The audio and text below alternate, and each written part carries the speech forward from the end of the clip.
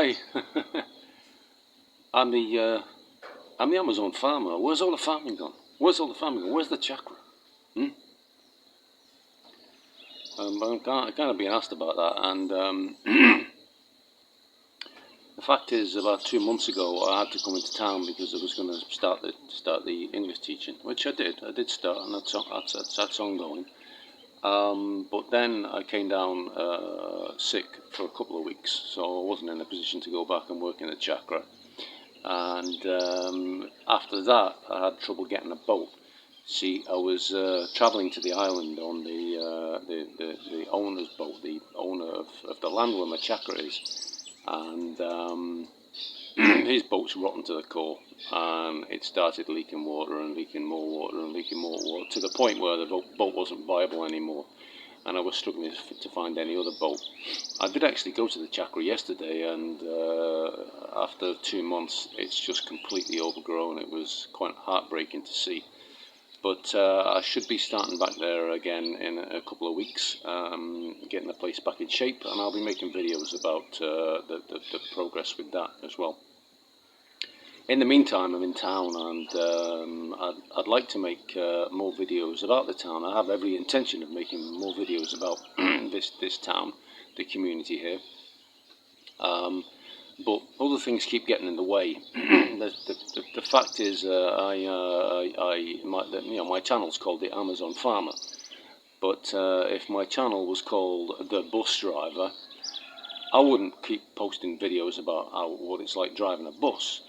I would be a bus driver, but I would make videos on topics that interest me. So that's really what I'm doing at the moment. And one particular topic that's close to my heart at the moment is what's going on in Israel. I'm finding out that there's actually a lot of people taking interest in Israel now.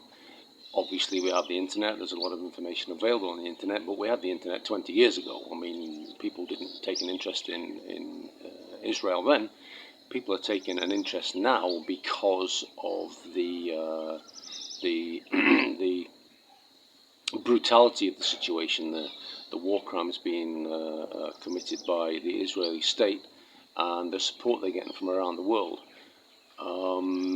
I think one of the reasons that situation is so close to my heart is because there's nothing more important to me than freedom.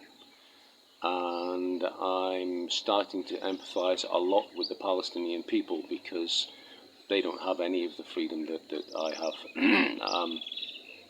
They've lost their homes by having their front doors bust down by armed soldiers and being told to get out. They've had their homes stolen, they've had their land stolen, and they've been pushed into ghettos where they have absolutely no prospects.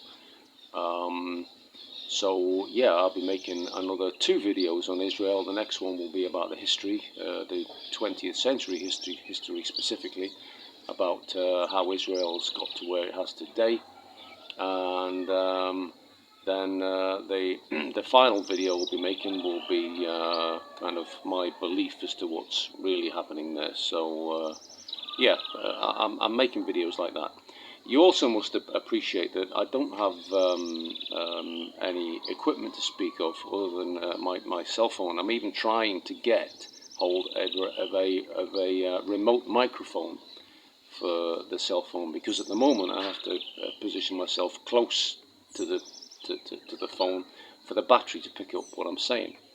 So my possibilities of making interesting nature videos, it's very slim. Maybe one day I'll be able to expand the equipment that I've got, but at the same time, I have a life here, and making the videos is time consuming. I enjoy doing it, but it's time consuming. After recording the videos, I have to then borrow a laptop where I can edit the videos together, and then it's 2 or 3 hours of work for one video. I've got 1,000 ideas about videos I would like to make, but I may be able to release 2 videos a week soon, but that's a lot when you think that I'm actually borrowing a laptop. Every time I borrow this lady's laptop to edit a video, I kind of sense her eyes rolling in her head. She's not like that. I don't think it's as bad as I make out. I'm just kind of sensitive because I have to kind of go to a kind of cap in hand and say, can I borrow your laptop for a couple of hours?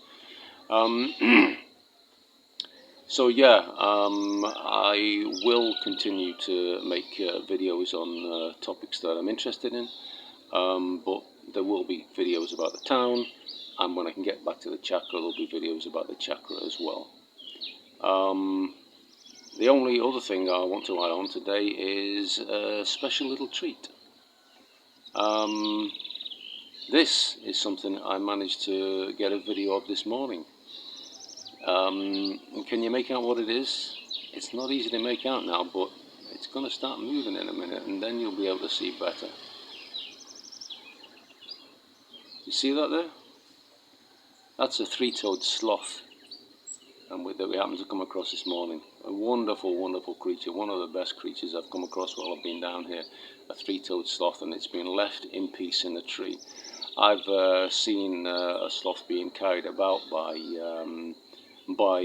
a sort of an 8-year-old girl, and she was carrying it around like a teddy bear, and it was clung to her side, and it was quite happy. Had its eyes half closed, a big silly grin on its face like it had been smoking pot. And the fur on a sloth is like the fur on the most exotic teddy bear you could buy in Harrods. I mean, they're just incredible creatures, but very easy to hunt. Because it looks in this video like I may have been filming in slow motion, but they actually move in slow motion. So if any of the jungle folk find a sloth, they just cut the tree down that the sloth's in, and it falls to the ground, and they'll grab it and they'll take it away. Sometimes they'll keep it as a pet in the home. They're not domestic creatures, of course, and they usually end up dying. Or they'll try to sell them in the market in the Kitos, and they do actually even eat them as well. And I've seen them being captured, and it's a heartbreaking sight. They just cover their eyes over with their arms as if to try and hide the world away. If I can't see it, it's not happening. So I don't like to see any animals captured, but the sloth in particular, it's not nice. But anyway, this one is wandering around free, and I like freedom.